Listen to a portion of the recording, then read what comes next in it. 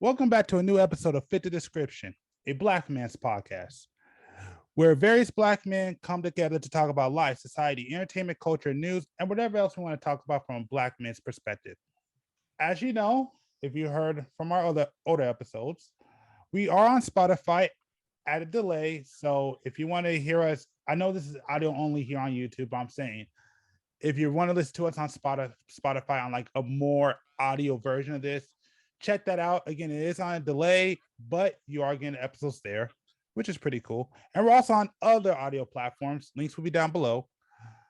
Also, just so you know, we do have a clips channel. I actually put down hiatus, and let me say the reason why. The only reason why I put down hiatus is very simple. It's because I need a little bit more content, and I thought I had enough, but as I was going through it, I was running out. So I decided to shut that channel down till next year. So it is still going. We're not going to get rid of it, but I'm going to take January to kind of add to that, which I will talk about that in a later podcast. But yes, we do have a clip channel. Make sure to check that out. Also, by the time this podcast comes out, well, I want to say to you the first or the second part of this podcast, it will be Christmas. So, or it should be Christmas week. So with that being said, Merry Christmas to anybody who's watching this podcast. And happy holidays to everybody else. And if you don't celebrate the holidays, thank you for checking us out. We appreciate it.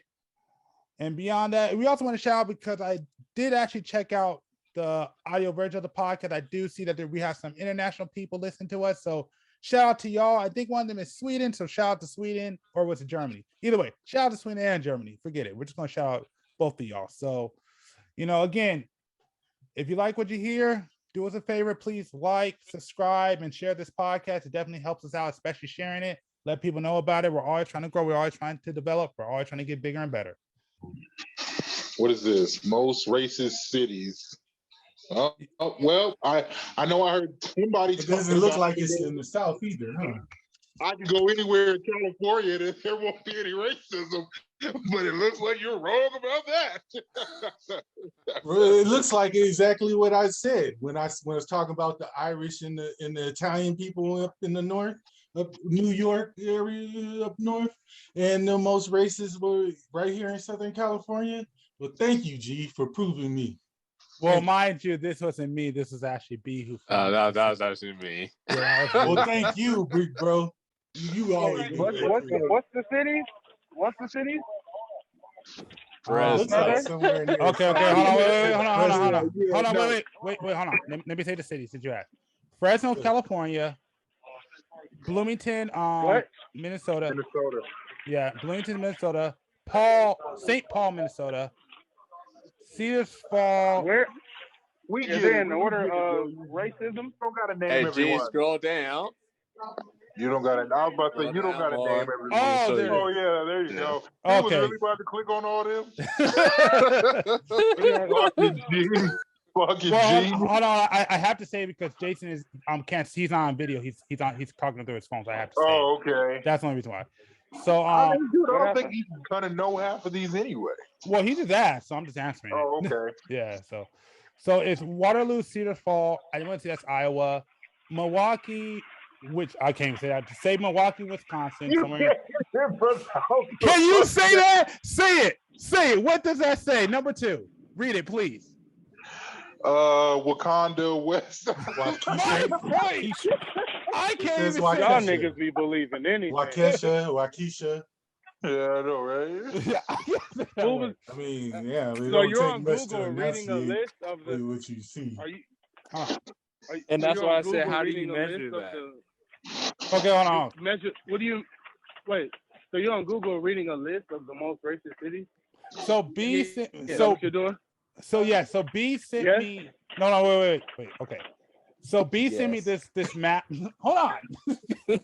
So I think that Springfield one is pretty funny to me because there wasn't a lot of black people in Springfield. I hear Minneapolis is cool for black people. That's what I've heard. And I see his number 4 on the list. So I don't know. All right. So anyways, B sent me this map of the most racist, most discriminatory cities in the U.S. B sent me this map. So I'm just reading off the list of what it is. 15. The source. What's the source? It's called World Population Review. Sounds like it was written by some white people. It sounds like it was written by some Caucasians from Europe. Yeah. That's what I'm saying. So like Fresno just hates. So you think they trying to confuse you? They're like, no, don't tell them that's the most racist. Tell them over here.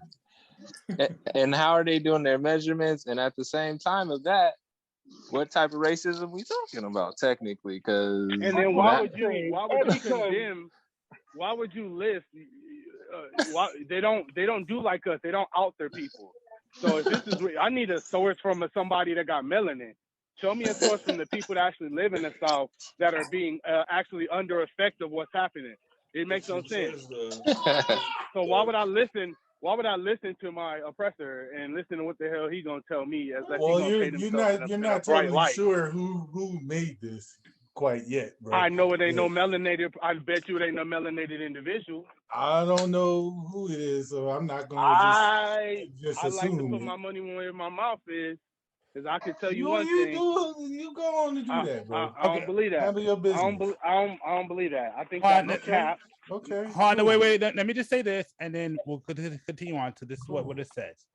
So they said methods used to determine the level of racism in U.S. city includes racist tweets, Google searches, economic inequality, and personal experience or history. Racist Google searches. How do I hate niggas more? What are they Google searching? Yeah, that's weird. So you mean to tell me it's in the metadata? Goddamn Arab. Let me like. How do I get away with killing a bunch of niggas? Is that what they're Google searching? Because what could they possibly be Google searching?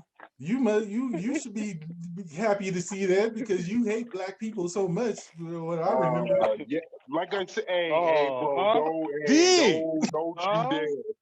don't you dare, because I love Black Lives Matter that bombed overnight. Love being right. Hey, don't. No, I hate ignorance of black people. Like I say all the time, the pure ignorance and stupidity and unknowledgeable. I don't just hate black people. Yeah, black people irritate me because most of them are ignorant. Well, then don't continue the ignorance. I'm saying I'm not an ignorant person. Just open your mind to some open your mind to at least be able to examine different perspectives. Open my mind to understand different perspectives. What are you talking about? I didn't say understand. I said to just kind of review different perspectives. I'm saying, okay, so we look at different perspectives. I'm saying, what perspectives?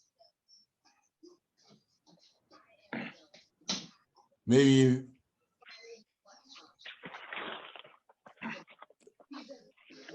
I'm just saying, okay, here we go again.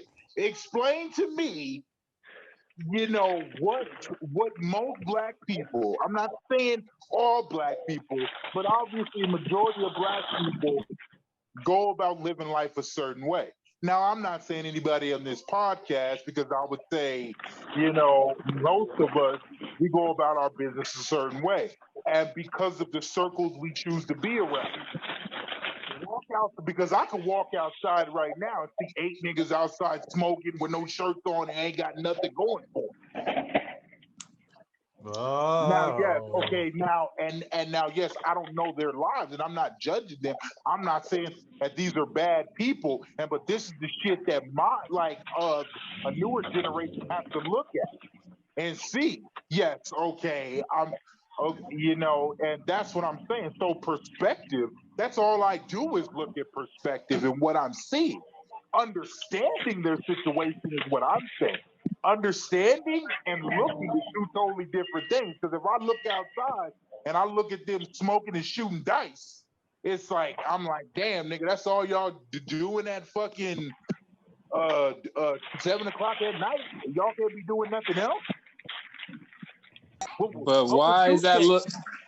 But why is that looked What at if like the that? racist No, people? stop, Ella. No, wait, stop. Wait, People, Ella, hey, hold on. like, look Go ahead, at it Norris. that No, way. hey, hold on. Go ahead, Norris. But why is that looked like that at that? Like from that perspective? I'm saying, why does it not? I'm saying, why does it not? Explain to me, why does that not look like it's like, okay, y'all can't be doing nothing else? How do y'all, because if, like, I'm not saying that the police have any right to do anything, but like in my mind, like I always say, if I know something is going to attract attention to me, why the hell am I going to do it? You can shoot dice inside. You can smoke weed and loud and drink and all this shit inside. Why do you got to do it outside? Oh, so I'm saying that's the ignorance of black people. Like, I'm gonna just do this. Now, if you were born with white skin and you were saying these things, I would think that you're a racist, hey, I'm bro. doing something wrong. Now I'm gonna try to fight this person. It's like, you know that this is gonna attract attention. But wait a minute, go ahead, Norris. I'm gonna try to break some stuff down real quick. So it's not liked, and it's kind of, I guess, frowned upon for black people to be outside shooting dice, right? Yeah. Okay, but when another ethnicity does things that's okay within their culture and their societal structure outside publicly, whether that's killing somebody or doing other things, that's okay, or that's not frowned upon. Who said it's okay? Well, I'm also looking at what the outcomes through our judicial system and all that stuff of what's happening. So certain things are okay. Mm-hmm. I'm not saying it's okay per se, but I'm not the person necessarily in reason to pass judgment on that way. And that's where I keep going. It depends on what the fuck they doing. What they doing. Like, you gotta understand, like, in the hood, like in a neighborhood, it's a community, right? So everybody on the hood, on the block, they kick it together, right? So and everybody ain't going in everybody's house like that. So when, like, I'm gonna break this topic into two different sections. The first one is, why are they outside doing that outside? And then the other one is, why don't you got something better to do, right? So those two topics. The first one is, ain't nothing wrong with hanging outside, right? Like, they should. Now is the efficacy of it is an opinionated thing, right? But whether they was outside barbecuing or throwing a basketball or something, right? Like, why are they doing their social activities outside, right? Mm-hmm. Whatever it is, whether that's smoking or okay, that's a different conversation. Then, is that the appropriate thing for us to be outside doing and representing? That's a different. You know what I'm saying? So because right and wrong is only an opinion. That's all. That's all perspective. Right? Like, there's a collective agreement on what we think, like, that we have as a society on what we think is right or wrong. But in reality, right and wrong is only a matter of opinion and based on what we've been through in our experiences. You know what I'm saying? Now, do I condone that? No, I don't think our people should be wasting their time standing outside doing things that aren't being productive and advancing their life, right? But you know, when niggas are shooting dice, that's a hustle for them. They don't shoot dice for fun. If they want to shoot dice for fun, they'll play Yahtzee or Monopoly or some shit. They out there doing this, a hustle. And, you know, those other topics of smoking weed and all that, that's different topics. But I think more so, if you go to the hood, everybody be outside. Are they, you know what I'm saying? Like, that's kind of just how they hang out. Yeah, shit. White people play volleyball. Fucking with no shirt on and fucking drink beer and people call. I mean, gosh, at nighttime. I don't know, maybe. Show me a video of white people playing volleyball at night, or especially golfing, especially coming from a person that actually golfs. No. No, Show but me a black I mean, person that's why just are we golfing putting at I a night. wasn't time really limit on too big on the nighttime part. You Yeah. probably can't see the ball or see Okay, dice or but see that's the anything. Like point. you're I'm not gonna not see dice game out there in the like dark.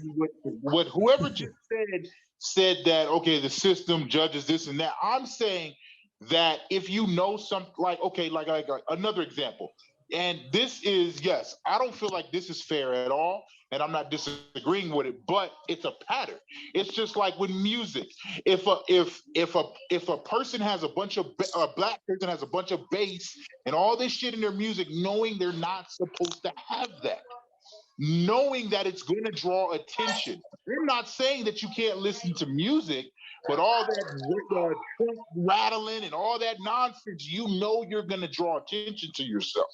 So why keep doing it? That's what doesn't make any sense to me.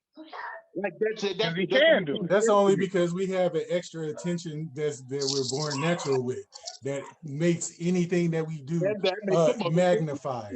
Like that's right. that's the only thing. That is a fact. And we have to learn to have to deal with that.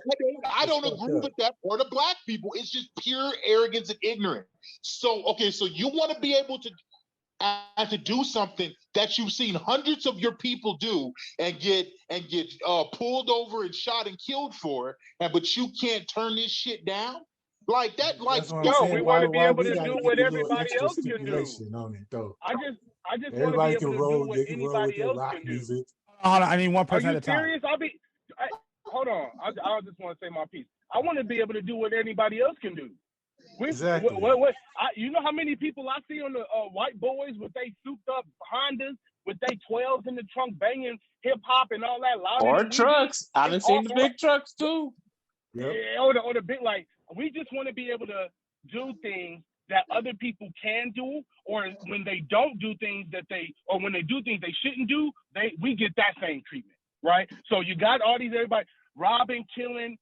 When somebody robs or steal, I shouldn't lose my life just because little Jimmy didn't lose his life when he did it. You get people doing mass shootings, taking niggas out, and cops put them in handcuffs and taking them to McDonald's while we are unarmed and we are getting gunned down. So what I'm saying is I want to be able to do what anybody else can do.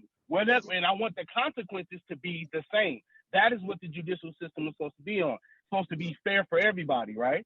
So It's not. That's the problem we're having. Exactly. Right? People are going to do negative and positive things, right? Bad things, people are going to do that, humans in general. But we all should be judged and handled in the same manner. So it doesn't matter what I'm doing. If me and my next door neighbor, Tom, is both in the front smoking blunts and he's smoking meth and we both drinking beers and he's doing whatever he's doing, I'm shooting dice, when the cops come, they need to take both our asses in. I'm on this shit. That's all I'm saying. Mm-hmm. All right, wait a minute. Go ahead, Ella Cool Pat, because you were saying something. Oh no, I was agreeing with him. Okay. All right. And I was pretty much saying the same thing before, but when I was talking, that's pretty much what I was saying. We already got an extra attention called to ourselves, which is called our skin color, which makes anything that we do magnified. And no matter what we do, it's going to be looked at as, damn, why they got to do it like that in front of this and all that, or this time of the night, or so loudly, or this or this, or why is he next thing they're going to be like, why does he have to eat so loud? Why does he have to eat that? I can smell his freaking food. Oh, I can smell his chip. Oh, I don't even like chitlins, but still. I think there's. You have to make chitlins on Christmas and all this kind of stuff. Ugh, oh my God, Black people have to do this and that. It's already, we already got that. So we have to learn to just live with that, and we have to adjust everything that we do because just because we're Black, like we Black, so we can't do that. What the fuck? I want to do what the fuck I want to do. I mean, I don't want to be disrespectful to people because I'm not about that. But I like doing the shit I like to do. And I don't want to just But what I'm saying is, so what you're saying is, okay, you want to be as equal as everybody else. So you mean to tell me if you get pulled over and you're going to hoopla with the cops about, okay, hey, he can do it and I can do it. We already went over this. Stop. Wait, let Keith finish his point. Go ahead. I'm saying, to my point, I'll put it to you like this. I'll just make it short and simple. It doesn't matter. Yes, I agree. If I want to listen to music, I'm gonna listen to music. But the thing about me is I don't care about the consequences. I'm not gonna sit here and bitch about, oh, this isn't fair, this is that. I know something's coming. So it's like if I choose to do something, I'm never gonna bitch about it.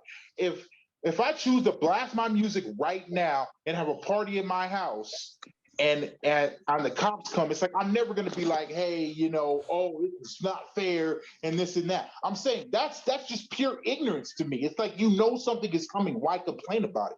It's just like I know for a fact I have an all-black car, limo tint, blacked out rims. I knew for a fact I was gonna get pulled over. I know, and I had 24 chromes inch rims on my Expedition, all gold, dark limo tint. I knew I'm gonna get pulled over. I know this. I'm not gonna sit here and blame the cop for that. Like, that's stupid. I know what I'm doing. But did you leave with your life though? I know what I like. You left with your life though. And I'm pretty sure there was a black person saying, Hold on. Wait, I'll come back. Oh, you gotta get the whole damn. It's just the ignorance of some people. They complain about, oh, fair this and fair that. But it's been not fair before you were born.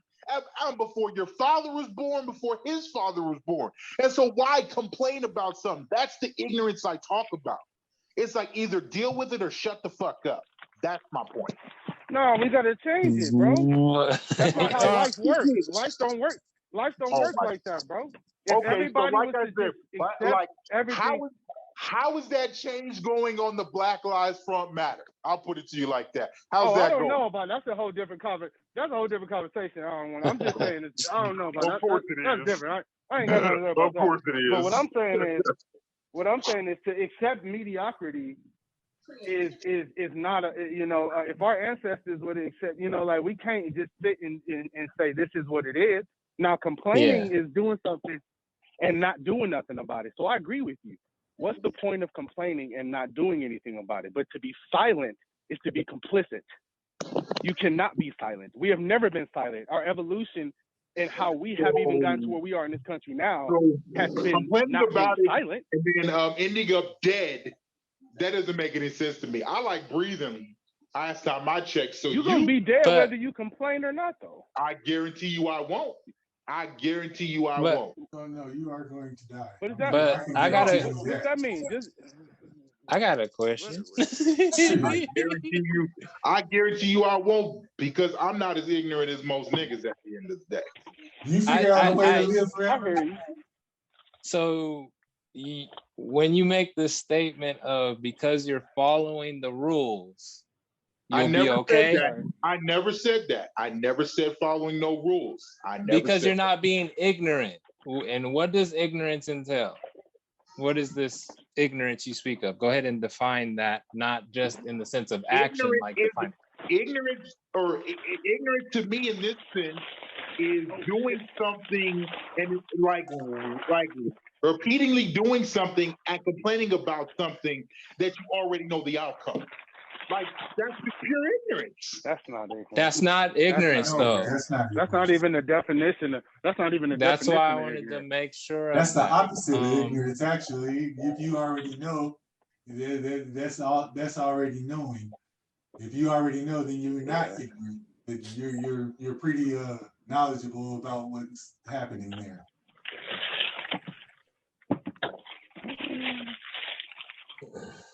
I don't know if that makes sense. Well, you're too far away from the mic for one.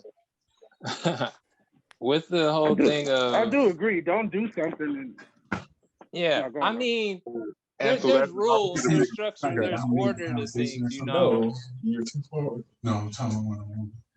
But with structure and order, why is it distributed differently on the different people? Oh, this nigga brought the this.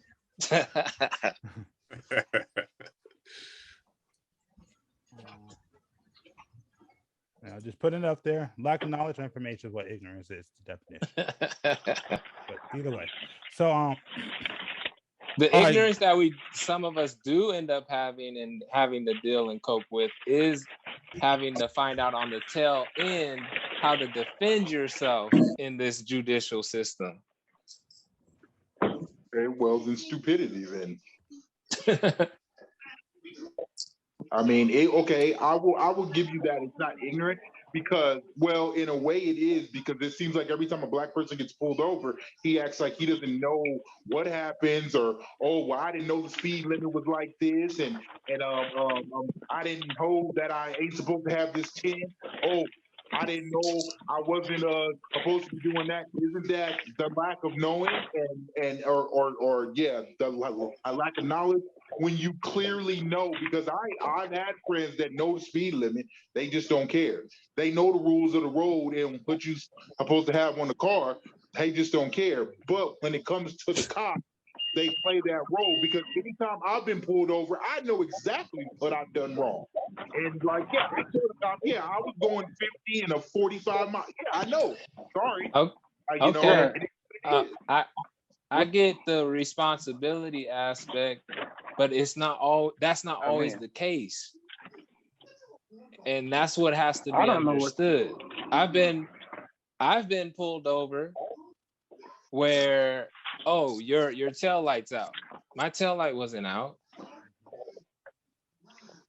What was it? It was an action of literally trying to get in my car and play something on me. Exactly. Thankfully, I didn't have any other priors or anything like that to where I'm getting into the back of the cop car. I've even been in that type of situation where I'm in the back of the cop car where literally I didn't do anything. Besides, I guess I'm driving legally around town at night. Why? Because I was driving while black, partying. nigga. Yeah, you know that ain't legal. Yep. So I definitely get the side of you need to make sure there's rules and regulations for certain things or whatever. That's cool. Yeah, I get that side. But I don't want it to be over bleeding and overreaching to sit up there and say everybody walking around ignorant and ignoring everything that's going on around them, because you also have to be understanding of everyone's circumstances. I'm saying that if you know you're gonna eventually get approached or have something happen, and because of what's happened in the past, like I said, okay, ignorance or being ignorant, okay, like I said, lack of information, all right, I'll give you that. Like I said, my point on the ignorant is because, like I said, we all know those black people that say one thing to the cops and then say a completely different thing to somebody else. I've been in the car with certain people, and I've been like, bro, put your seatbelt on, because if you get pulled over, that's gonna be that. And we done got pulled over, and he had made up every excuse on why. Oh, his seatbelt wasn't on, just to get out of that situation. Now, like I said, if that's me, I don't care. Give me a ticket. I can easily pay for a ticket. I can easily go down to the courthouse. It's nothing at the end of the day. But yes, I get what you're saying. Situations are different. It's like I said, it's just like we talked about last time about a black person putting themselves in a situation. It's just like with the Black Lives Matter. It's like, can you go stand up for something and take time out of your life and still be secure? Not a lot of black people can say that, and that they can go stand in front of the White House for months and not pay their bill. But I'm saying, like, if you don't have that, then you don't have it.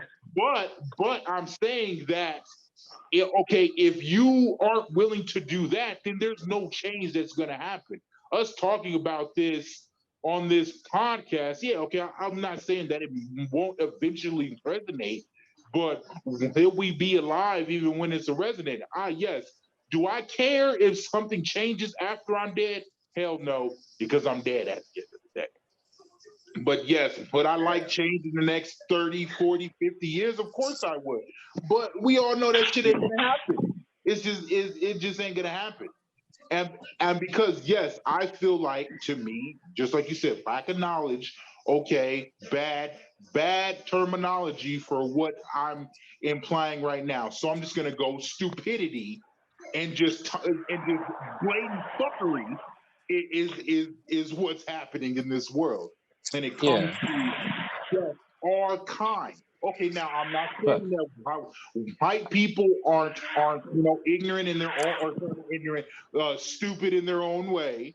I'm not saying Mexicans aren't stupid, but this is obviously, to me, like I said, I don't. Yes, I feel like we take over so much, just like I said before. We take over music, we take over entertainment, sports, this and that. But like we take over the porn industry. Our lack of unity is just completely and ridiculous. And I feel like it's just pure stupidity.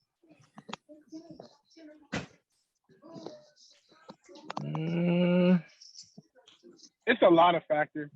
I wouldn't sum it up to a one size fits all type of thing. But I get exactly where you're coming from, though.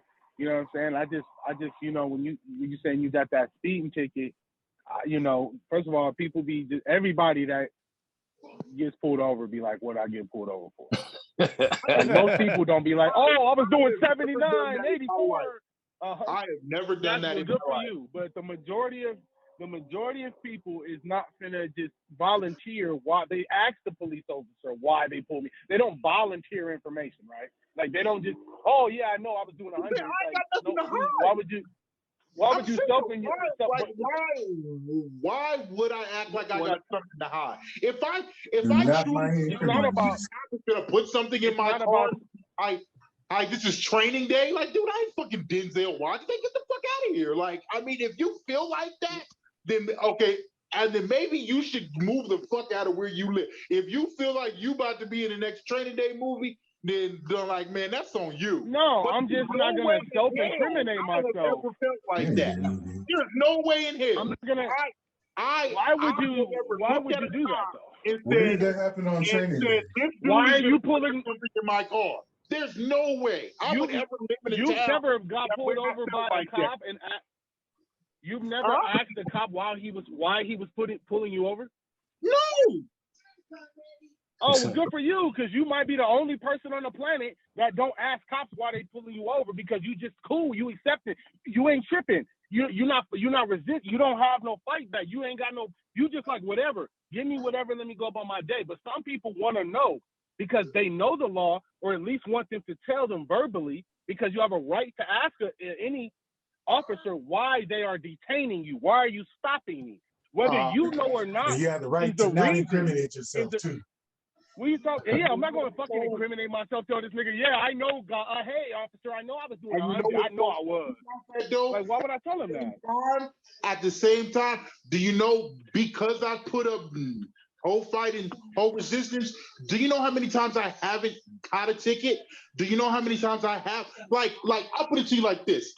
I didn't get a ticket, and I had warrants, and I had, no insurance, and all this stuff. But just because I talked to this cop with an ounce of respect, even though I was clearly in the wrong, but it's like I explained my situation. I've been pulled over and I ain't had no license at one point in time. But just because I didn't give this cop a damn lecture and speech and none of that, I walked away perfectly fine. Drove away perfectly fine. I agree with you. You see, now I don't think officers would just. I can work with you on that. I agree with that. But just owning all violations, I don't know about that part though. I'm not so does it matter? It's just like whoever said before, I want to be talked to with respect and all this stuff, but that's everybody. Like, yes, if I were to come at this cop and yelling and screaming and why you do this, why you do that, I'm not saying that you guys do it, but we have seen people do that. And like I said, so yeah, everybody do that. Basically, I've learned, okay, that's not the way to go about things. And because you're right, that's how people end up dead. It's like, so why would no. That's not how people end up dead. What are you talking about? I've seen countless scenes. You about to make me go into a whole. Look, bruh. Let me order my Chinese food. And I'm gonna come. Hold on. Let me. Hold on. I gotta step outside right quick. First, All right, you're it's right. cool. I'm not saying. I can agree from both sides. I can agree with what you're saying on that part. There is a way to an approach to dealing with the police to where you don't have to walk off fucked up. I put it to you like this. You know what? I'll even prove a point. I will literally rent, like, okay, if y'all want to put it up, let's all, like, whoever has a car here and y'all come to Vegas or I can come out there. I will literally rent a car, drive it as fast as you are, 10 miles over the speed limit. I would want to get pulled over, and like I'm willing to bet you $20 I'll talk my way out of it. I'll talk my way out of it. No, you won't. You want to go to Kern County? You want to go to Kern County? Sir. No. Like I said, if you are willing to put up them, because I'm not going to do it alone, because that's not proving a point. That's not proving a point. So, like I said, if y'all willing to put it up, like I said, I'll be in California next year? Like I said, I'll rent a car. I'll go 10 miles over the speed limit. And but I'll drive away. Bet you $20 I'll drive away. That wasn't even the point. The point was, obviously you're not supposed to be disrespectful to anyone.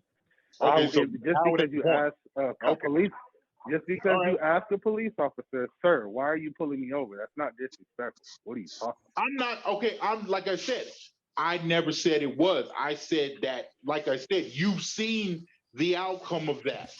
So I'm not saying that you wanting knowledge. I'm not saying that you wanting knowledge of what's happened. You're like, yes, you are allotted that knowledge. I agree with you. But a lot of people who are dead now wanted that knowledge too. I got a question. And there's a lot of people that didn't say anything. There's a lot of people that didn't say anything that are dead. Together. I've seen more videos. You show me a video. Seen more videos of people saying. You show me a video or any type of evidence. I'll show you. Said nothing. I'll show you multiple videos of culture. You want to know what I'll show you? I'll show you multiple videos of Caucasians cussing out cops, spitting on them, throwing knives at them. That ain't the point. That ain't the point. That is the point. That is the point. That is the point. Not saying nothing. No problem.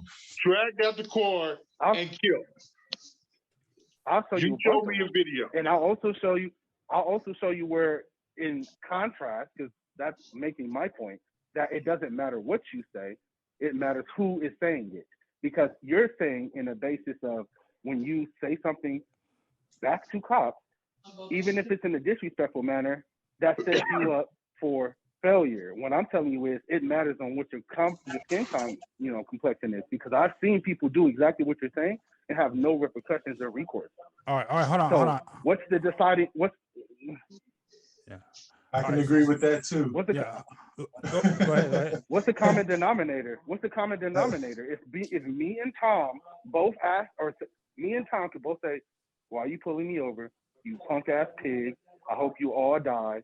Suck my dick." We could both say the exact same word. Sorry for the vulgar language, for lack of a better term, and we can both have different responses, from that police officer based on our skin color. It's not what you. It's not the situation. This is kind of goes back to having an equal treatment. Wrong is wrong. Good is good, right? So it's like when I do wrong, treat me the same way you would somebody else. I agree with you. You shouldn't be disrespectful to anyone, including police officers. I'm very kind and respectful and cordial when I talk to police officers. But I've also had situations where I've been that and had an adverse response. Hold on. Let me tell you where I agree with. Hold on, because Norris got to go. Hold on. I'm only sorry because Norris has to go. Yeah. I'm only sorry because Norris has to go. Yeah, Norris has to go. But he has one more question, so I wanted him to ask his last question. Then I think he got to go. So Norris. Oh, I didn't forgot the question now because we got into some stuff. Okay, all right, man. Since you got to go, man, I'll give you this last word, and then we'll keep it going. Last words. Jeez, I don't want to cut him off. Oh, my last words, I guess. Word. I think we're talking about something that's sensitive to all of us, but we treat it differently, just like how we are treated in the situations. Our reactions are sometimes different as well, on both sides of the fence, on all sides of the fence, if you want to call it, for that matter. But I think this whole gathering and conversating and talking about these experiences that we've had is we've had a lot of similarities, but then we have differences on how we decide to respond to them. And I think that has to deal with the experience. Some have more harsher realities of experience than others at times, because I go, at the end of the day, the people that are dead can no longer speak for themselves. So that's a high price to pay for doing whatever that you've done. Now, with that being said, I'm gonna leave it there. I'm out. You can follow me on the internet. Check out Crump Society. I'll check y'all later. Take care, bro. All right, man. Later. Appreciate it. All right, bro. Later. All right. Okay. So what were you saying, Jason? Sorry about that, man. No, I was just saying I agree with what he was saying in the aspect of you shouldn't encourage or escalate or edge a situation on when you already know the potential of the outcome. Meaning, if I know I'm black and I know police officers are generally racist, the majority of them are racist, then why would I go out my way to make a cop angry that could potentially lead to a situation that harms me? That's just common sense. Like, that's what I get. When I think from that perspective, like, okay, that's just having wisdom, right? It's just being wise in general. It's not wise to piss off someone who's liable to shoot you and get away with it. Thank you. Yes. Huh? I gotta sign it. So, I just don't think it would be smart to do that at all. So, like you said, huh? Oh, the first one? Oh, I'm sorry. Thank you. So I agree with you. Like, yeah, you should not be stupid and ignorant when you encounter police. That's just stupid in general. But what I'm saying is, even if you are, because we're all humans, even if you are, you shouldn't die. Like, that's all. Even if you do something bad, right? Like, the law is the law. People be tripping. They be like, oh, this person ran up in this establishment, or he stole something, or he did this, and that's why he did. That doesn't justify a death. We have a justice system that actually says you need to go through a legal process to figure out what they gonna do with you. So no matter what crime you're committing, if it's not of the law of the land, as we keep talking about, then it's wrong. So I should get the same treatment as anybody that does the same exact thing as me. And no, I should not complain about any repercussions because I did it. I'm responsible for that. That's just having responsibility, right? And being an adult. But if we both doing the same thing and you getting a different result from me, that's the problem. The problem ain't even been about police killing black people. Police are gonna kill black people until there are no longer any white cops on the force. That's gonna happen forever. You want to know what we can change? How they're disciplined. We can change that. See, the problem is when I kill somebody that looks like me, I go to jail forever. I go to jail forever. I go to jail forever. If I kill someone that looks like me or that looks like anybody else, I'm going to jail forever. Right. But when they kill, right, it's a whole different situation. So it's just have a level playing field. You know what I'm saying? That's the equality our people been fighting for. We don't want to be no more than nobody else. Unless you're a rapper. We're not charity cases. Well, yeah, rappers, they live in ego and they're conceited because you have to be a rapper. I'm saying as far as us as a people, we don't want to be no more, we don't want to have it be treated special or nothing. We just want the same as everybody else. And that's been the disparity between African Americans in this country. When we built this country, this is our country. Literally, we built the country and we're responsible for the economic wealth of this country. The slave trade is how they got rich. Yeah. What is niggas talking about? This is our country, bro, but we get treated like, you feel what I'm saying? So if anybody do something, because they handing out money to everybody else and gave them Native Americans, took care of them. They even took care of the LGBT and get them every law thing that they could ask for. So we the only ones sitting on the backboard when this is literally our country. We were the first Native Americans were African. They were Moors. They look like us. The Native Americans, the real ones, we've been in this country way before no Christopher. So niggas need to learn their history. People that weren't slaves. You feel me? They want us to just totally believe that we was all slaves. If that breaks down your confidence. No. Exactly. That does too. You feel like you come from being a line of servants, and you feel like, and that kind of breaks down the black people's confidence, feeling as if they kind of just play the part that they're given. But I know there was black slaves, but I don't believe that we were all just black slaves like that. That's the history that we got told. We don't know our history. Yeah, that's what they want you to know. Exactly. That's what they want us to know, because it impacts your self-esteem and your confidence. Yeah. And if you don't know your true history, you don't know who you are. And if you don't know who you are, you don't know where you're going or who you're going to be. Exactly. And that's just the way it is. That's the way it is. Hell no, we wasn't all. Education is the first place we need to start looking. Right? And like, until you educate, you understand, like really grasp the knowledge of what our people, who we really are and what we really did and what the problems and the reason why we're in the situations with the Europeans and what they really did and what they really didn't do. Right? Like, you start putting things in perspective, like, hey man, we really them peoples for real. But they done dumbed us down with, with the, the story, and we just sitting there trying to recoup. And I agree with my boy earlier, Keith, it's probably never gonna change. Keep it a buck with you. You can't change a man's heart. He has to change his heart. And you got to change a man's mind before he changes his heart, right? So it might not ever get to a point where we cool with Caucasians and Africans is cool, and we pull ourselves out of this economic hellhole we've been put in, because that's the other factor. Everybody got bread. We ain't got no money. We have money. If we have money, them niggas wouldn't be sitting in front shooting them dice we talked about earlier. And I'm not going to disagree with anything you're saying, because like I said, all that history, I'm not saying it's not real. Obviously, a part, it's been proven. But at the same time, like I said before, it's like, I get that point, and that's a great point. But my bigger point is like, we can be as cocky and confident in our blackness is like, I'm confident in who I am. Black is just, the icing on the cake that helps me be me at the end of the day. Yes. Would I get away with saying a lot of things that I say and doing what I do and being who I am? Yes, my bigness plays a part.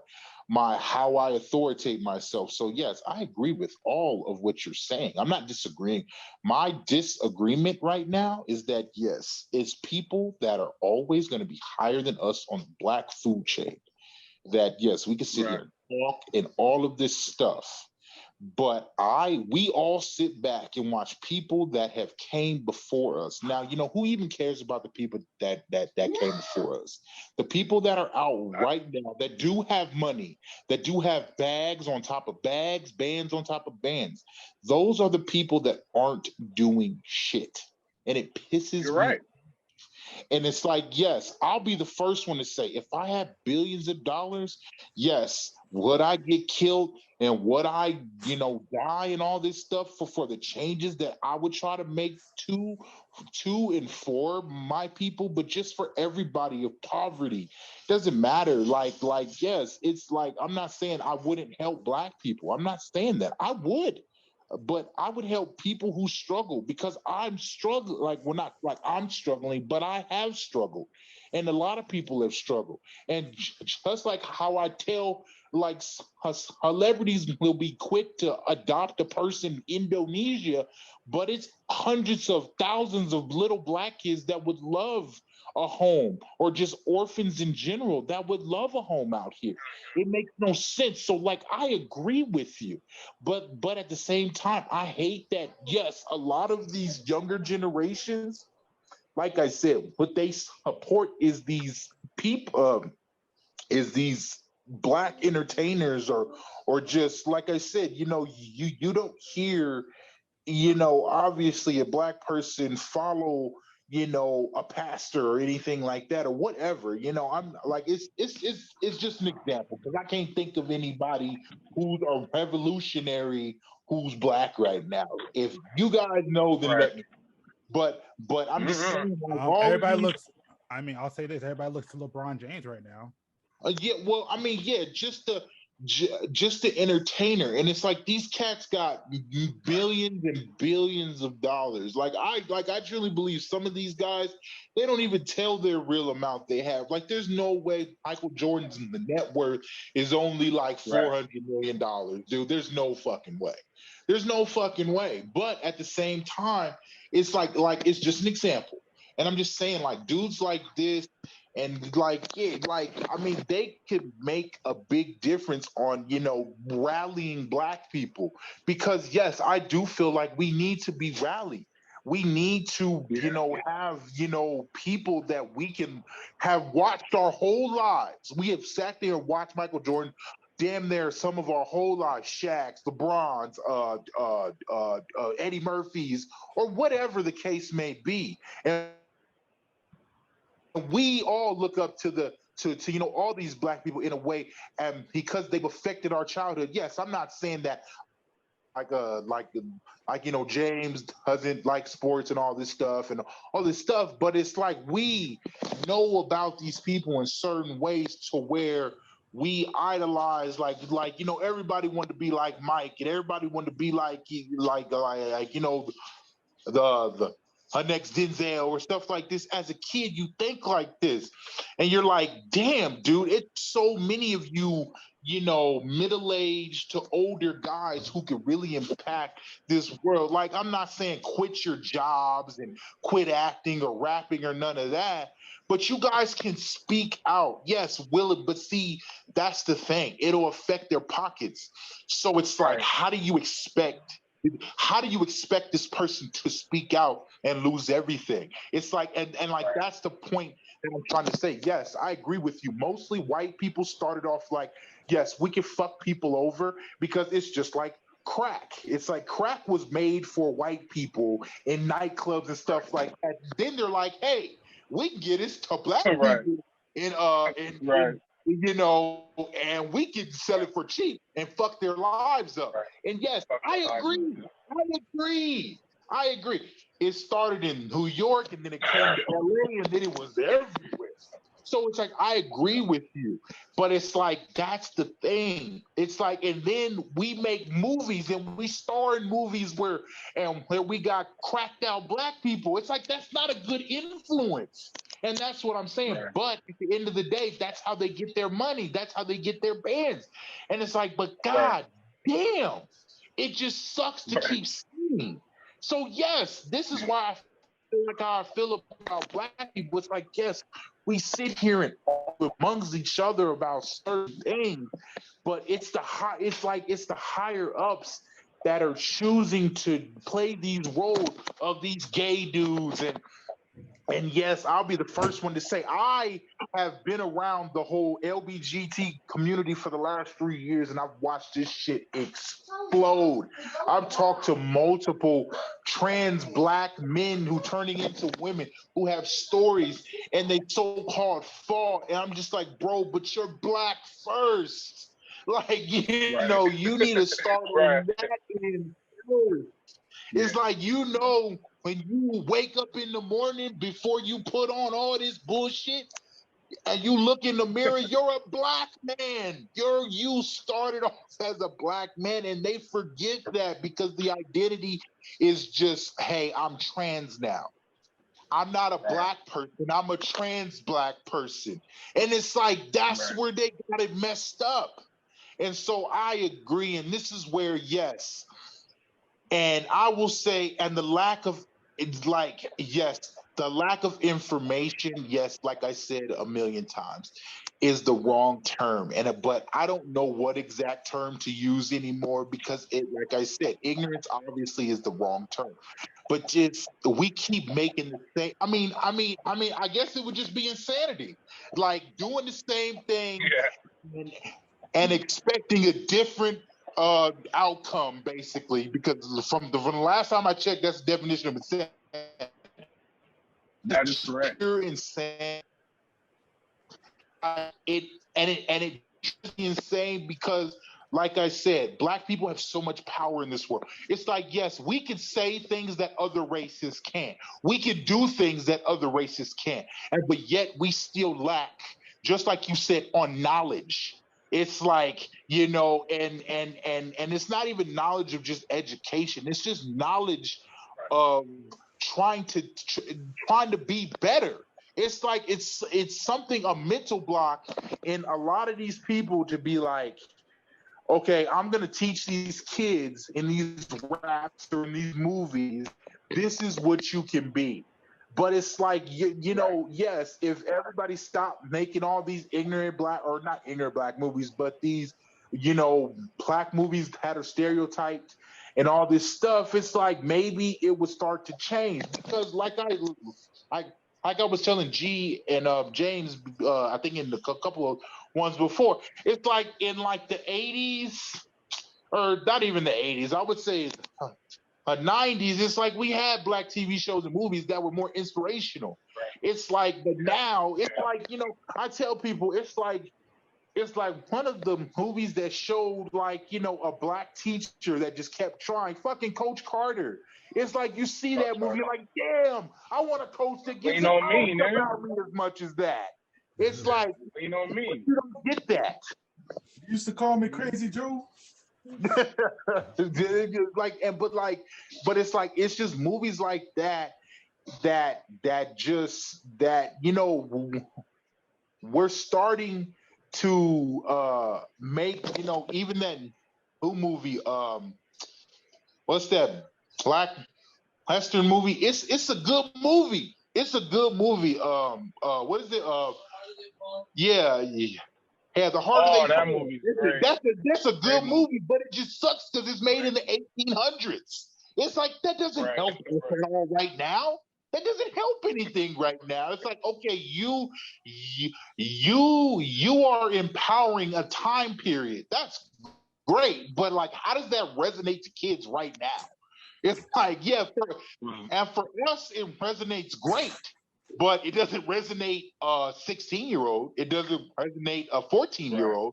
And like, that's the point that I'm trying to make. If you're gonna make a movie that's gonna inspire the youth and our newer generation, you need to appeal to what's happening now.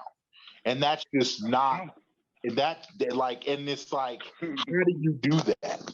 How do you sacrifice, like I said, how do you ask a Samuel Jackson? How do you ask a Morgan Freeman? How do you ask a Will Smith? Even with this whole like King Richard, it's like, he's been trying to make this movie for a while, and he actually did. And yes, it's sad because it's probably going to be a good movie, but it's like, is it going to resonate to black kids to be like, and it's like, that's what I was talking about to James and G last time. Black parents aren't in their kids' lives like they should be.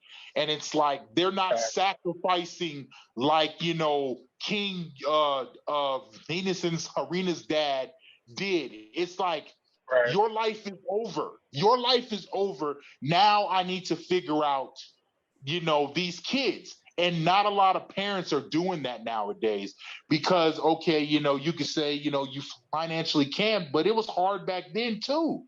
It was hard back then too. And it's like, yes.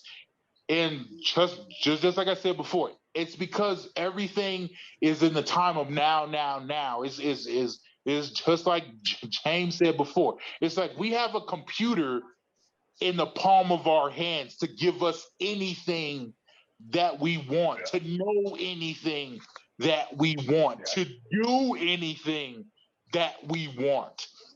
And, you know, in a way, it's so terrifying because it's only like now it started off with phones and now it's on our watches, on our Bluetooths, on our TV. It's like, you know, it's insane. So how do you expect a kid to want to even give two shits about change when they can't see it? It's like we see it, but do they actually see? Do they actually see and the problem to change it? And that's the scary part about life. It's like, do young kids or what's that? Oh no, I'm good right now. Thank you. It's like, and it's like I just thought of that, you know, I think honestly that's the bigger question. Do the youth actually see the question to like even answer it? It's like we see it, but like how do we show them the question to, you know, to basically answer or like see the problem change because they don't see any problem. And like, you know, I think they do. I think in this age, to kind of speak on what you were saying, like because I 100% agree with the advancement of technology and social media. It has definitely made everything about the now, right? And self gratification, you know, fast. You know, we need it now, and then we think, you know, forget about it tomorrow. But I think the youth, because of that very reason, is very aware of the problem. See, the positive part about social media and technology and smartphones is that information can be shared in a matter of seconds. And it can be shared across the world and consumed and reshared in a matter of seconds. So what I think that, you know, a lot of these situations, a lot of these killings that have happened, we never would have known, you know, we would have never known about them because mainstream didn't cover them and wouldn't cover them. And it just happened to be somebody that would have fallen that posted it on the Facebook with 300 friends and it went viral, right? So, you know, it's kind of like they know. I think they know actually more than ever. I think all humans know more than ever, right? Like we saw George Floyd take his last breath. We don't got too many of those videos where you just see a person. Like you'll see a portion of it, end of it, the aftermath. But we saw, the whole nation saw George Floyd's situation, right? So I think that in this time, I think they're aware, but I think it's more of like you said, there's no more Dr. Kings, you know, and Malcolm X's and our civil rights. There's no more like of those people to rally because, you know, my mom's generation was rallied up by them. They had that leader that they can believe in and trust in and follow their guidance because, you know, you may know what's going on, but you may not know how to solve it. And then it's more of like maybe the interest to solve it, right? Having faith, like, can we even really do anything? You know, what's the good, you know, what is voting going to do? And, you know, there's no more really anybody, you know, our you know, Louis Farrakhan, they hate him.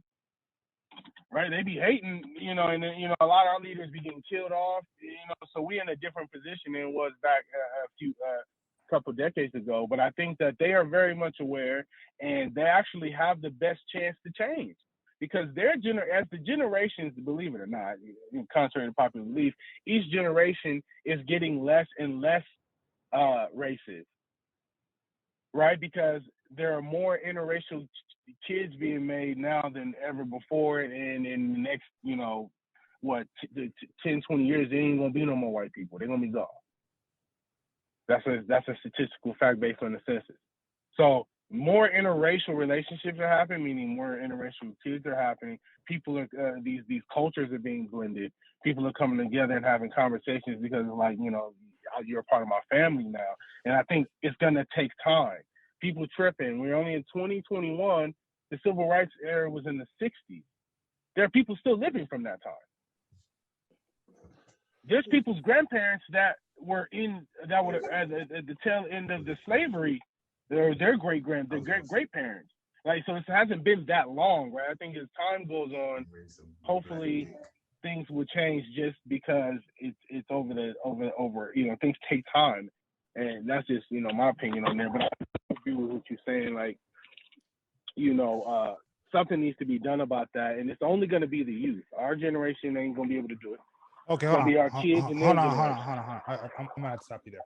Because there's a couple of things that were said, and there's a couple of things I want to ask. First off, let me say this, and I'll say one of the biggest issue with the fight today is a lot of us keep fighting like we're in 1962 and we're not upgrading the fight. Facts.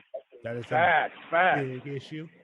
The reason why I had to stop you there, and I actually talked about this with I think you know who I was talking to, but I was talking to a wise woman about this, and I'll be honest with you, is what I told her I'm going to tell you right now is that I think honestly it's at the time, it's at the age where, I mean, I'll be honest with you, it should be on our generation to start taking up the fight. Like the fight needs to evolve, and it's time. Right. Like, it's time for that generation to start to retire and us to pick it up.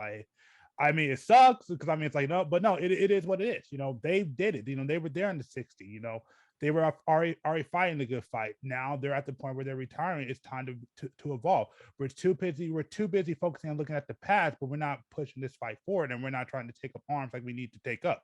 Not talking about actual arms. I'm just saying like taking up the fight and trying to progress things. Here's a question I have, especially with you, Keith, because you kind of brought it up when you talk about all these leaders about, you know. Well, okay, here's two questions. Let me ask you first. So do you believe the people you know you just described, like the Will Smith, the you know, LeBron James, all these guys you look up to, do you think that they are the leaders or they should be the leaders? Hello? Keith? Who's that directed towards? Keith. To me? No, to Keith. Because he's the one who brought it up. Yeah. So yeah. So I mean, if you want to answer, because I think he's doing. Oh no. Oh no. Well, just to do the short term. I'm not saying that they should be the leaders. I'm saying that these are the people that look. I mean, I'm saying like any like hip hop or just anybody. Like people look up to these people. So like I'm saying that. Yes, you know, like obviously, Martin Luther King and Malcolm X were looked up to because of they fucking rally people. Okay, these people, I'm just saying like they're not rally people, but people praise them like gods. Just like we talked about before. So like I'm saying, if you have God level status, I'm not saying that all of us do, but I'm saying that some people do. Some people look at people as God. So I'm saying like, yes, they should step up and do more. But the thing about that is God doesn't need money. A God doesn't need money. So they have to make a choice. Either rally or secure their own lives. And like I can't blame them for choosing their own lives. I'm not blaming them at all. But I'm just saying like it just sucks that that's the choice that had to be made on what you guys said or whoever said. It's like what is it? Economical, financial status plays a part in all of that. So I agree with that. So like I'm just saying that we can't rally, but at the same time, yes, I agree. Like Martin Luther King came from, you know, nothing. Malcolm X came from nothing. So these are normal guys. But to my point, there wasn't social media. There wasn't people to just discredit him online in a certain way. Like, okay, yeah, but those people they weren't just celebrities either. Those like how you just said, they were regular people that had the drive to inspire people. What's going on, man? And also they you know they kind of saw something right and they decided to speak on it. These celebrities and stuff are not all just you know caring about, you know, the masses of Black people. Well, because they're famous. Because they care about their own welfare. And that's what I'm saying. Like, yes, to your point, just like you said, you have to be financially stable in this world to keep living life. So yes, if they choose to care about the masses, they know for a fact that financially stable ain't gonna happen. It just ain't gonna happen. So it's like it's a choice that they have to make. Yes, do I like the choice? Of course not. Can I say that I wouldn't make a change?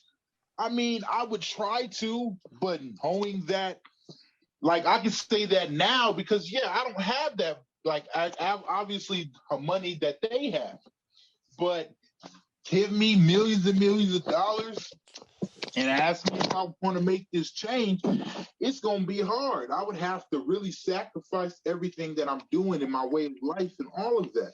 So I get that. But I know I couldn't sit back and do absolutely nothing. And I'm not saying that these guys don't do nothing. I'm not saying that. Let me say that before I say anything else.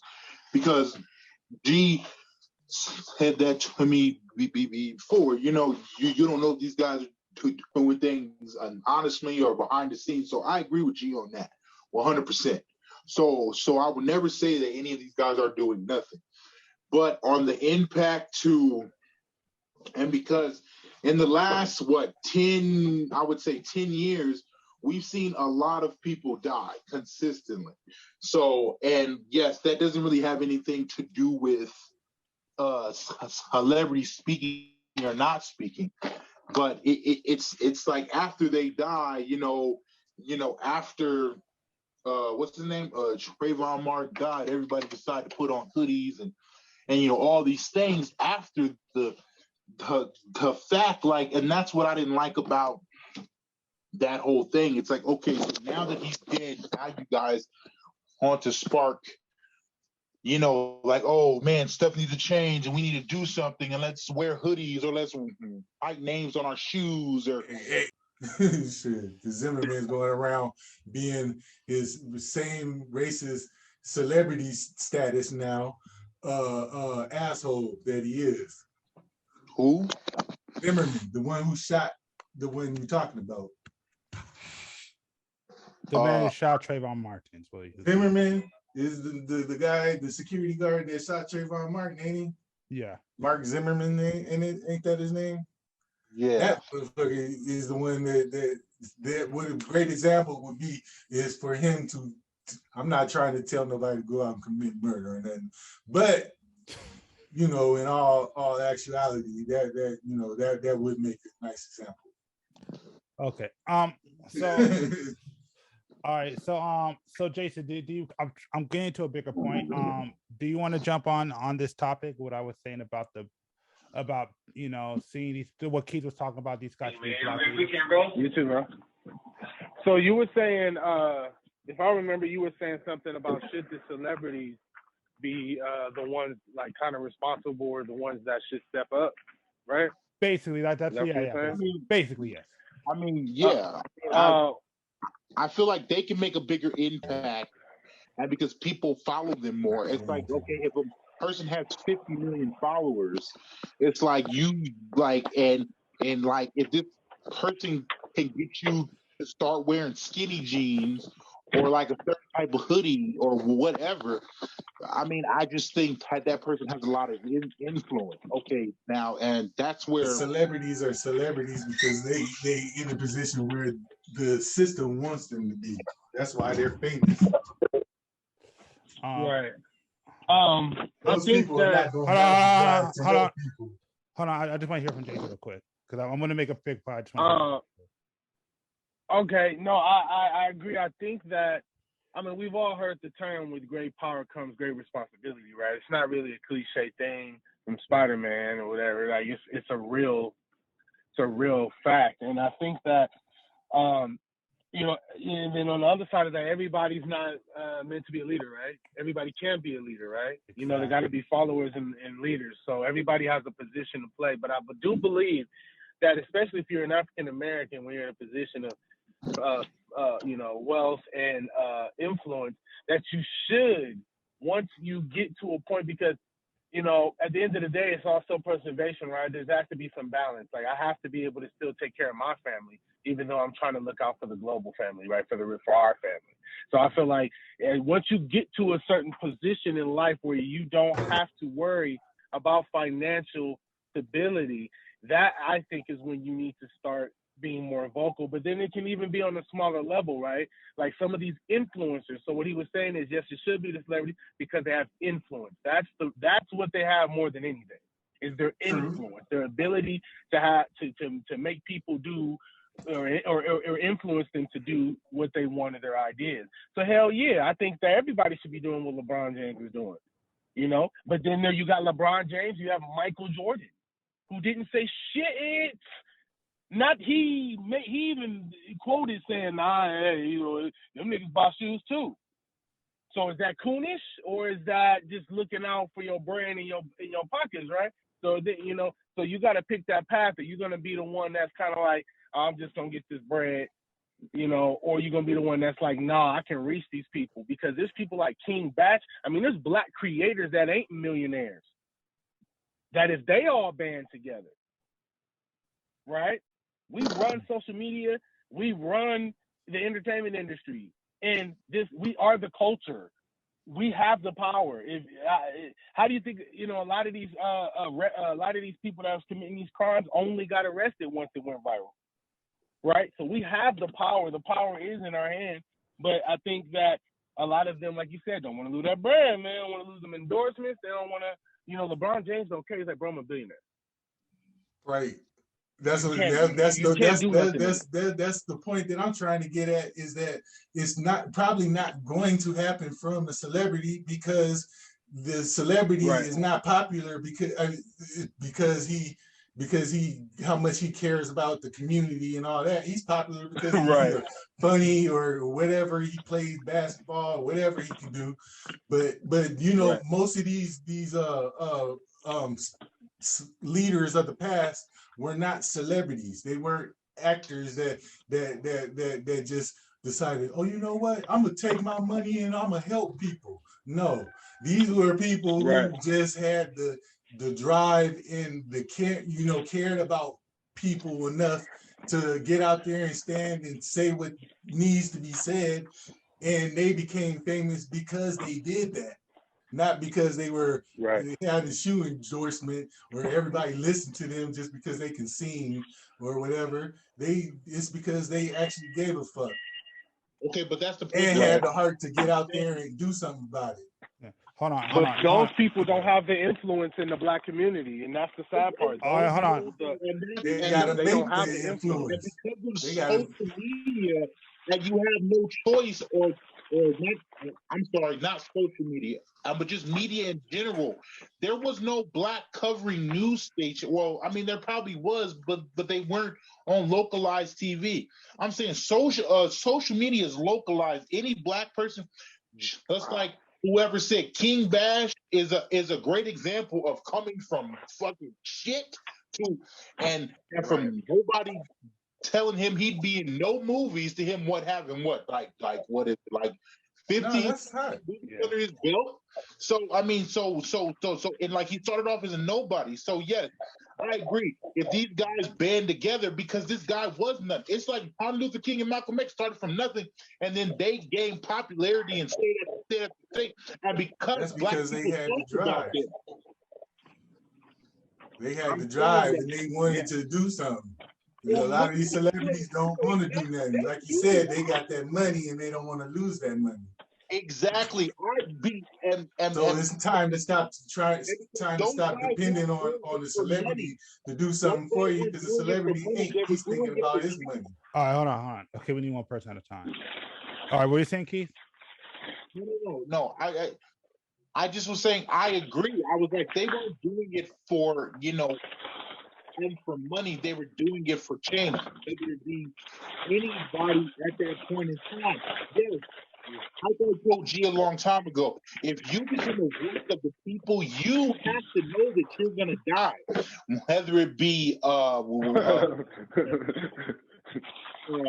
Luther King, Malcolm X, Gandhi, Tupac, you know that you're going to eventually have to die. You just know that. You said you ain't gonna die early. No, I'm just playing. I'm playing. Huh? So, man, you see, that's all. See, James had a great conversation about Nipsey Hussle last night, which I. Oh shit! Hold on, wait, no, hold on. I don't want to get off topic because I was trying to make a point. No. Like I said, I'm just saying, just like how whoever said it, it's like these people are influenced, and they have these like a lot of younger people in the palm of their hand. Yes, they might not have us because we don't go out and spend money on Jordans and Nikes and shit like that. But I'm saying, and this younger generation look up to the LeBrons, look up to the Jordans, still looks up to the every young rapper right now because that's what they want to be like. So yes, I agree. You don't even have to take a big portion. Even if you take a small portion of your time and just like you can make an Instagram video once every month, just saying, hey, all of us black people need to come together, voice our opinions. What if you did this every once a month? You get 1 million views on all these bullshit videos. What's stopping you and from just influencing younger black people and to talk more and to be more like open-minded, to do this, to do that? But just like whoever said, it's like these people are put in position because they can influence youth in a effective way. And that, to me, is detrimental to young black youth because I feel like, yes, they're teaching young black youth to be a certain way. It doesn't matter what I say. It doesn't matter what you say. If you have nieces and nephews, sons, daughters, they're going to always look to the King Bashers. They're going to always look to the whoever is in social media because they're always going to look at, how come this person was able to do this and they don't have to get up and put on a uniform and go to work every day, and they could just be on camera, put their cell phone and make millions? It's like, how do you explain that to a kid? It's like, I work a 9 to 5 and I have to be there every day, or whatever the case may be. And it's like, this person doesn't have to do that. So I'm saying, since you have this much influence, and like at the same time, I know they have this much, I know that they know they have this much influence. So it's like, why not, like I said, make a video every month of just trying to get. I'm gonna ask the question one more time, and just a quick yes or no from everybody, real quick, yes or no. So basically, everybody kind of here feels like a lot like LeBron James, guys like that should be basically the leaders and do things for the black community. Basically, yes. Yeah. Okay. Jason, you agree? No, I don't think they should be the leaders for the. No, hell no. No, hold on. Let me put a clause there. Okay, hold on. Wait. I'm only stopping you because that's exactly where I was going to get to. I think. No, I don't think they should be. What the fuck? Go on. I'm sorry. Yeah, it's cool. But yeah, no, I honestly, and I'm gonna be honest with you, when looking at this, I've been looking at a lot of things. It's honestly, I think that's the mistake that we make, is that we try to put some of these guys and some of these people like they should be leaders. Like some of these guys, I forgot who said, but one of you guys said it. L Cool Pack got it real close. Keith, you said some good things. Jason, you said some good things too. A lot of these guys aren't really meant to be leaders. Some of them want to be leaders. You could tell that they're trying to, but it's not just a resignation. It's just like they're not getting the information right. Now, I know I posted, I know Keith, you didn't look at it, but I know Jason looked at it. We were talking about, the Quan Brown situation, the go long, get long game. I'm sure you know what I'm talking about, right, Jason? Yeah, Kwame Brown? Yeah, the go long, get long game. And honestly, I mean, I honestly think that, yes, that is definitely true. I mean, I do believe, I am seeing because one of the things I'm starting to notice is that some of the people, I'll just keep it simple. I think we do have a leadership problem in the Black community, just point blank. I think that's part of the problem. I think we're looking towards the wrong people. I think you're right. When the people who were out there fighting, who were the leaders of the movement, weren't the celebrities. These were activists. These were people out. Well, not every activist is great, but Martin Luther King, Malcolm X, these guys were really leaders of Black community because they, like I said, they did it. And again, like Dave Chappelle said, I don't know how true it is, like he said, most of these guys live poor and die poor, which is sad to say. But these guys were willing to put their lives on the line, like you said, Keith, to fight for us. And those guys are some of the most important people that we really need. I think one of the biggest issue is that we put too much, focus on celebrities. Like these guys should be the prime example. And I'm here to tell you, hell, we all lived in California. Either we're still living there or we lived here at one point in time. And we all heard the rumors. And I'm here to tell you, one of the biggest mistakes that we can make is just in general with America in general, which I think is a problem with the country in general, is that celebrities should not be the moral compass of our society. Actually, that's the worst thing to happen, is to allow celebrities to be the moral compass of society.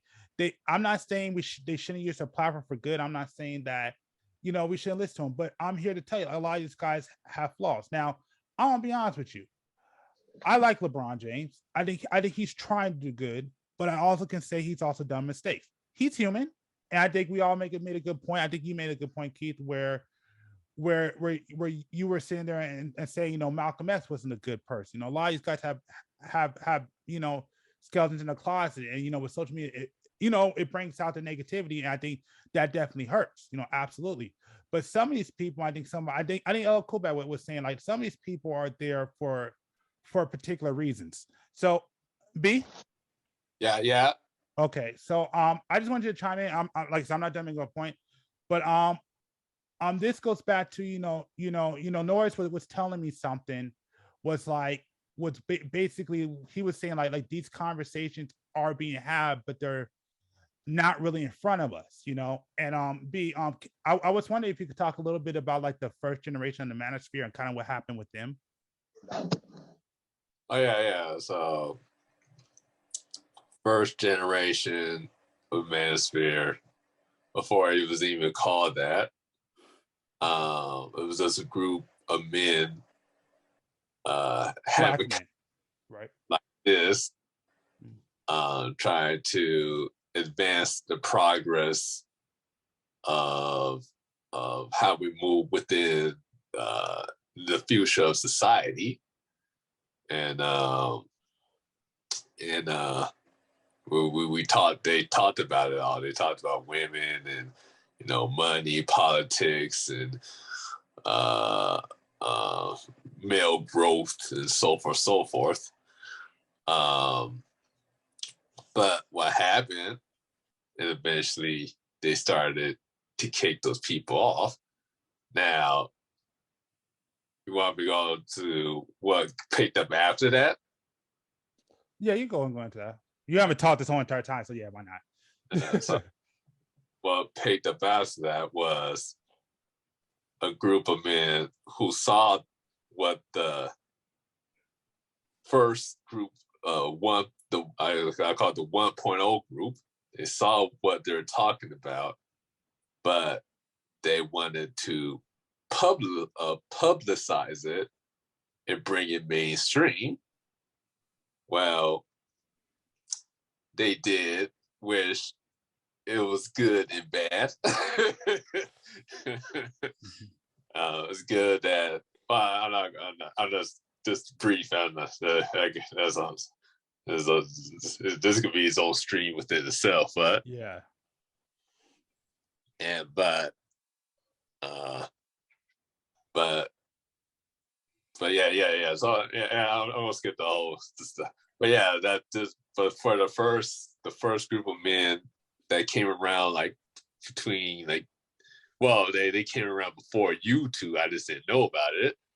I am talking about on the online space. I'm not talking about in real physical life. I'm talking about the online space where we're all using right now. And there were a group of men who had these conversations, but a lot of the work has been lost. I think today, I think a lot of us are starting to wake up and realizing what has truly happened, realizing the mistakes of the previous generations of where it went wrong. I was getting tongue-tied. Mm-hmm. And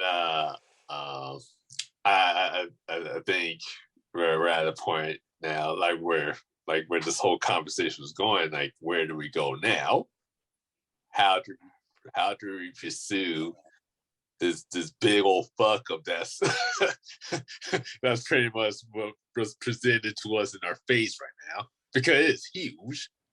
It's huge. We're talking about like 50 years of this pure damage. You know, where do we go from here? You're saying we need leaders. We need multiple leaders. Yeah. Not just one guy. Multiple leaders, and it should not be a celebrity. That's a no-no. Malcolm X said you should not be having those celebrities. Even the scriptures themselves said you should not be following those celebrities. See, but Malcolm X lives in a time where the celebrity didn't dominate everybody's life. Like the celebrity, I don't think the celebrity, let me just clarify what I said earlier. I don't think the celebrity should be, how do I say this? The celebrity needs to link up with an actual civil rights leader. They need to link up with a Tamika Mallory. They need to link up with a Sean King, because those are people that really do this as for, like, this is what they were born to do. They do it, like you said, they don't do it for the fame. They don't do it for the money. They really out there in the trenches, in the fields. They really out there at the court buildings. They really out there in the streets with the people. And they know they have more of a knowledge of what needs to happen to bring real change to the Black community, but they don't have the influence. So one has what the other doesn't. One has what the other doesn't, right? So if you link up Tamika Mallory with Beyonce, right? Beyonce's the face of what's going on, but she needs that guidance and leadership from an actual leader that knows what they're doing. There has to be both sides, because Tamika Mallory, as popular as she is, she doesn't have the massive global influence as a Beyonce does, even just in our country. She doesn't have that influence. But if she's like, hey, I'm working with Beyonce and we're doing a campaign, or we're rallying everybody together, right? Because you have to, especially you said that younger generation, all they care about. And they have the influence. So what we needed, like a Muhammad Ali to Malcolm X in them, right? Type of thing. Right. Yes. Right. But okay, because we just need the influence. But okay, hold on. Yeah, see, that makes sense too. Hold on. There's a reason why I had B tell that story. So that sounds good. And yes, that's in a perfect world that will happen. But like Keith brought it up too. A lot of these people have a lot of things to lose. A lot of these people have money. So a lot of them are not willing to do the fight. But beyond that, that's not even the major point. The big thing is that the people who are willing to fight, who I do feel, because let's just be honest, a lot of these people, I mean, even I could look at, I can't think of any names right now, so please don't ask me. But there's some people right now that are out here being like leaders for the Black community and talking for us that, honestly, I'll be honest with you, should not be in that position, because they do not talk correctly. Like, they say some things, but you could tell, like, no, some of these Black people have things behind them that we're not looking at. The thing is that this is why I say we need to stop fighting like this 1962, and we need to start looking at 2021, because I'm trying to tell people the Black issue, the Black struggle, and the fight has evolved, and we're not evolving with it. That's a big issue. So the reason why I had him tell that story about the Manosphere is that, look at what's going on today. You even brought up about, LGBT and all this stuff, but we're kind of getting left behind, So like, we're doing all these things, making all these progress, doing all these great steps, right? But let's just be honest. Who's really benefiting? Who's really succeeding, Man, I don't know, man. It's good talking to y'all, man. I'm probably about to head out. I got a little gig I got to do tomorrow and shit, but. Okay, I just want to say this last point, because it's a big one I was trying to make. I didn't want to talk. Okay. Let me just make the point now. I'm cool. So I appreciate this conversation. Yep. So the bigger point I'm trying to make is, it's not that I'm saying about the holiday, but I'm saying it's the timing of it, where it's like all these other people, that's what I tried to say before, like they were getting all these benefits. But again, remember, we were left out the 100-day plan that Biden's put out. My point being is that, and like, I'll just get to major point, because I know you guys gotta go, is that my biggest issue is that the fight has evolved. We shouldn't just be looking to celebrities as leaders, and we have to. And we need to start having a lot more conversation, because some of these people that are in position of power and are black leaders, so-called black leaders, shouldn't be in their positions. I do believe what Quan Brown said to talk about like the go along, get along game, because I do think that there are people who are positioned.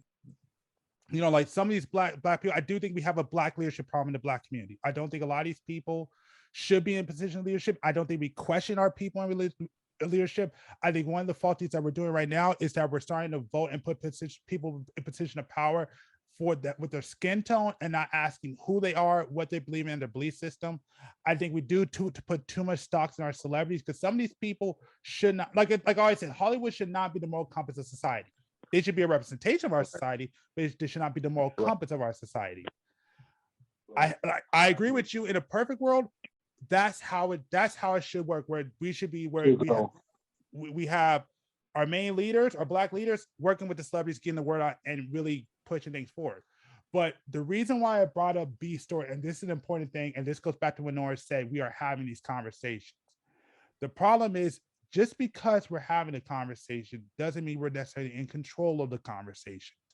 Understand that some of the people, this is why I'm saying we're not understanding how the fight has evolved.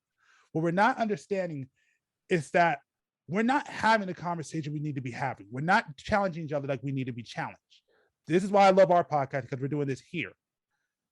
We're allowing all these other people to take the conversation and use it for their own benefits, while we're not benefiting from it, and we're not properly having a conversation. There's a lot of manipulation going on. There's a lot of bullshit that's going on. There's a lot of corruption going on. There's a lot of people, and some people ain't doing it because they're bad, but there are a lot of people that are placed in position. They may be thinking that they're doing the right thing, but no, they're using them to get what they want, which again, I'll talk about that if you come on next podcast. All I'm saying is, and this is the main point I'm trying to say, is that the fight is different. The fight has evolved, and we need to look at things a lot deeper than what we're doing. It's not, we need to stop looking at things as a surface value issue. You know, this is one thing I wanted to bring up to you that, that you said, I get why you said it, but it's something, because you're not the only person that said it. It's one that has always bothered me. Like it has always bothered me when I always hear black people saying that, like, ain't nothing changed. And I'm like, no, that's not true. A lot of things have changed. A lot of things have changed. The thing is that people have to understand is that it's just the fight is not over. There's still more we got to do. It's not where it needs to be. But, the one thing I'm afraid of, and I see it, and I could see it happening, is the thing is that we don't want to replace a problem with a bigger issue. Like, I want to build on what we have and build on what we did good and make it better. I don't want to stop, because like you said, it is, you got it. You said it straight up earlier. It's not done, and we still got a lot more talking and a lot more building to do. So all I'm saying is we need to continue this, and we need to build and not try to just blow this all up just because, oh, well, whatever. There's a lot of things going on. I don't think we're realizing it. There's a lot of things that even as us as a culture, we're not doing that we need to do. We're not looking into things. We're not reading about things. We're not looking into people. We're just, a lot of people have all these conversations, all these talking points, but we're not doing it for ourselves. And the big issue is that we really don't have control of our conversation, because when B sat there and said there were black men that were saying this shit before and having these conversations, and they're off the internet, shows us how much power that we have in our own voices. And that's something that we need to correct. And that's my big point. I agree. 100%, man. Yeah. 100%. Yeah. I mean, Church.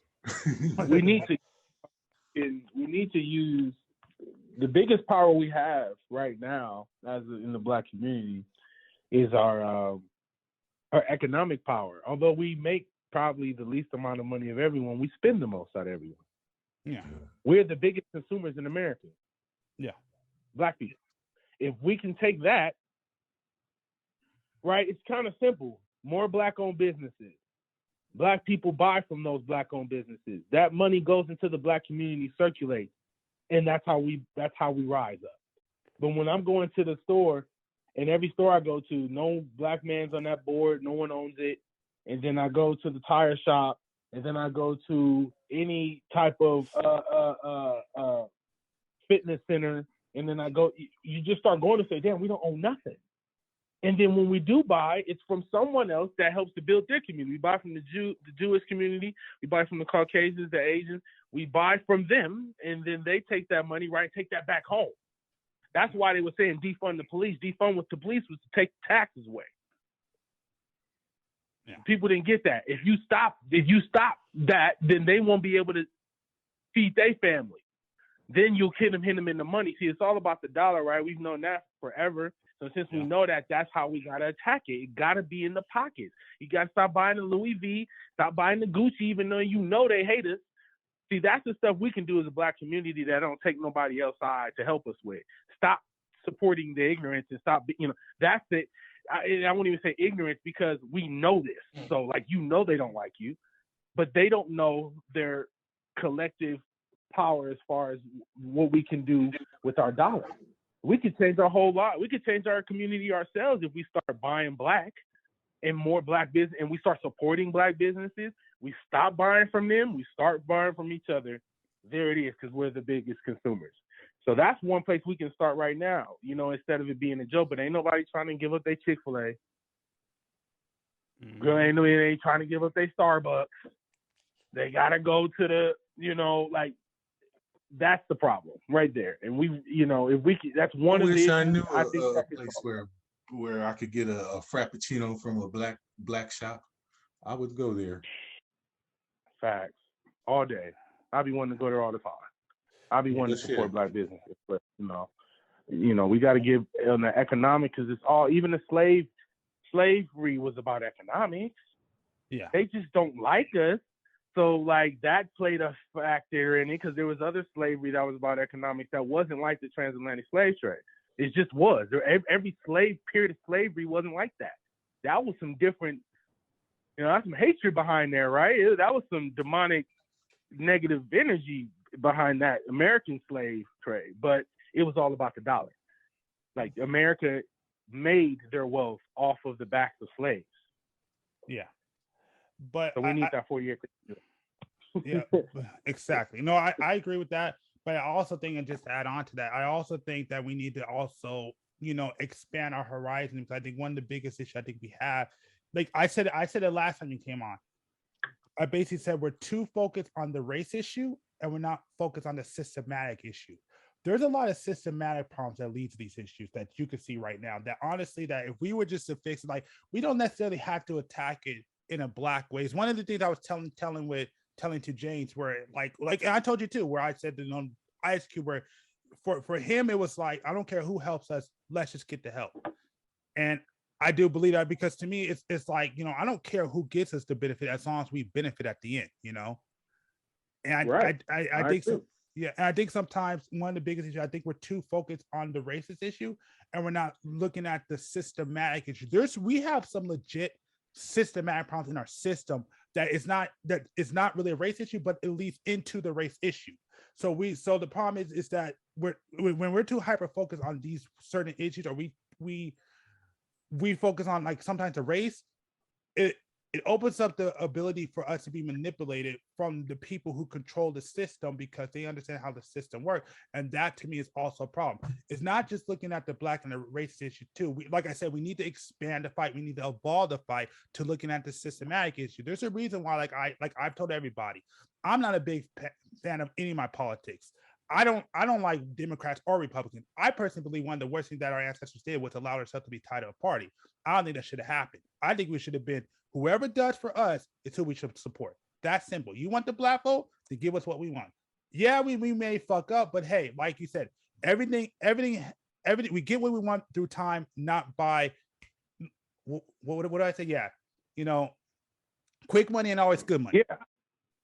Yeah, I agree. But I think though, bro, see, the thing about the systematic thing is, right, it's always going to be race. Race is going to always be an issue in this country, because this country was built on race. That's number one. Number two, the system only affects one race. You can't interpret it any other way. See, if it was fair across the board and it was an inadequacy across there, the system messed up for everybody. No, it's the system is literally geared towards us. You got to understand where police came from. But What? that's also Those my point. But that's also my point, because you're right. The big thing is that yes, when things are enacted, it falls on us. This is an argument that I heard some dude said that pissed me off. When he sits down and said, this is one thing I've heard. He said, "Man, I don't care about that issue. That's white people's issue." What he didn't understand, it is one that I was trying to explain to him, was what you got to understand is that law that's being implemented, again, this was a conversation a couple of, I want to say like a year ago, a couple months ago, that law that's being implemented, it's going to run down on us. But because you don't care about these fucking issues when they're being applied until it's too late, we wind up getting the issues the worst. So because we're so busy, we wait till it gets to, oh, it's our issue. Like I said, it's a race issue. We're not being, what's the word, preemptive and stopping it before it starts. Yes. Proactive. Yeah, proactive. And that's a big issue. Right. And that's in general. That's in general. Yeah, we only get mad when the white cop kill us, or that's true. We're very reactionary. Yeah. Right. We act out of emotion. So you mad, but you know that mad. Let me tell you what they know. They know you only gonna be mad for a few weeks. Mm-hmm. Hey, let them go in and burn the town down. Let them burn shit up. Yeah, exactly. Let them go in and burn that shit down. Let them burn down their communities. They're stupid. They got to go to that grocery store. So let them go in and keep doing that same shit they've been doing, marching with the signs. That's why you said it got to evolve. I agree. We can't do that. That worked for our ancestors. That worked for my mother's generation. That don't work for us no more. That's over. So they know that we're going to keep doing the same thing, and we only going to get mad. And then once the anger calms down, we forget about it and go to the next thing. And you're right. We need to be consistently. They said it after every time somebody get killed, they say, hey, we can't let this be the it. We got to do more than this every time, right? We got to keep the fight going. And it never works like that because, that I don't know why. I don't have an answer, but I agree with you. There definitely needs to be, you got to keep the foot on their necks like they did try to do George Floyd. That's how we got to do the system around in every sector we have influence in. That's why when the NBA did what they did, I was like, that's lit. You are the NBA. There is no NBA without you. So use your power and have influence. That's what you're supposed to do. You got to pick a path. Either I'm going to be vocal or I'm going to be silent, but you can't tell me how to be vocal. Just like if you offend me as a man, you can't tell me how to respond. Yeah, you got to stay focused. Yeah, stay focused. And you know what? I'm going to give you one great example that happened last year. And I don't know if you watched the news, whatever, but I'm sure you saw when the Black Lives Matter protest was going on. And I don't know if you know, huh? I said, which one? It was all over the place. Yeah, I'm getting to that. So, okay. If you look, you go to some of these areas, some of the black areas, you said it best. Calm down, burn the cities, whatever. Like it happened. We protest. There were peaceful ones. There were some that were disruptive. Let's be honest. But it is what it is. The funny thing was, but this is the main point. This is the main point, though. The main point is, it's funny how, you go throughout LA, whatever, they let us protest, whatever, do what we had to do. But it's funny how when we went to Beverly Hills, when Beverly Hills went to protest, they shut that down super quickly. Fast. Very fast.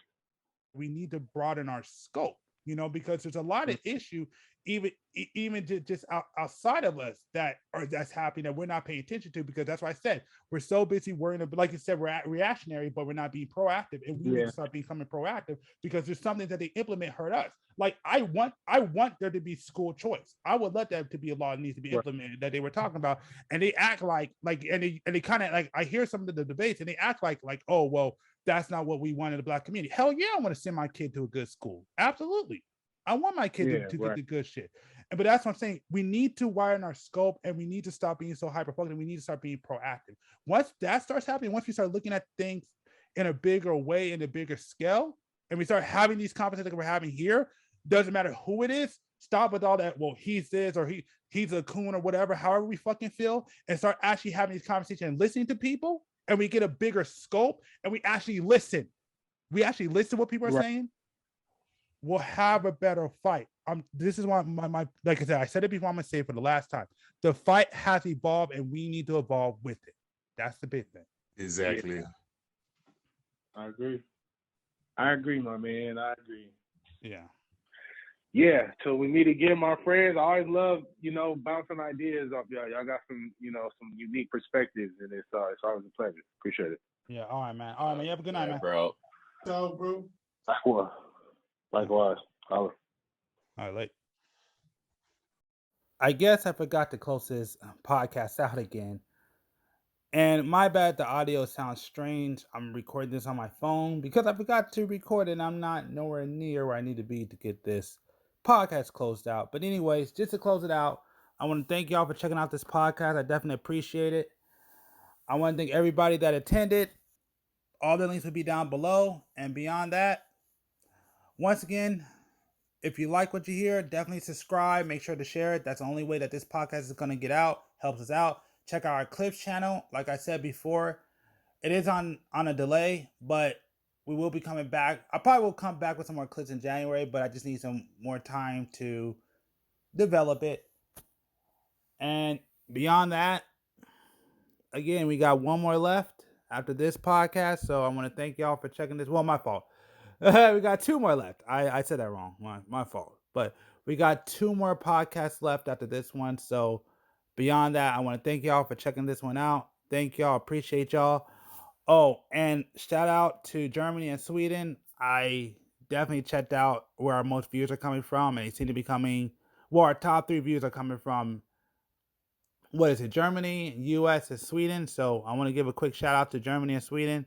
Thanks for checking us out. We definitely appreciate it. And again, we got more to do, a lot more fun conversations to come, and 2 more for the rest of the year. So thank y'all for checking this out, and we'll see y'all on the next podcast.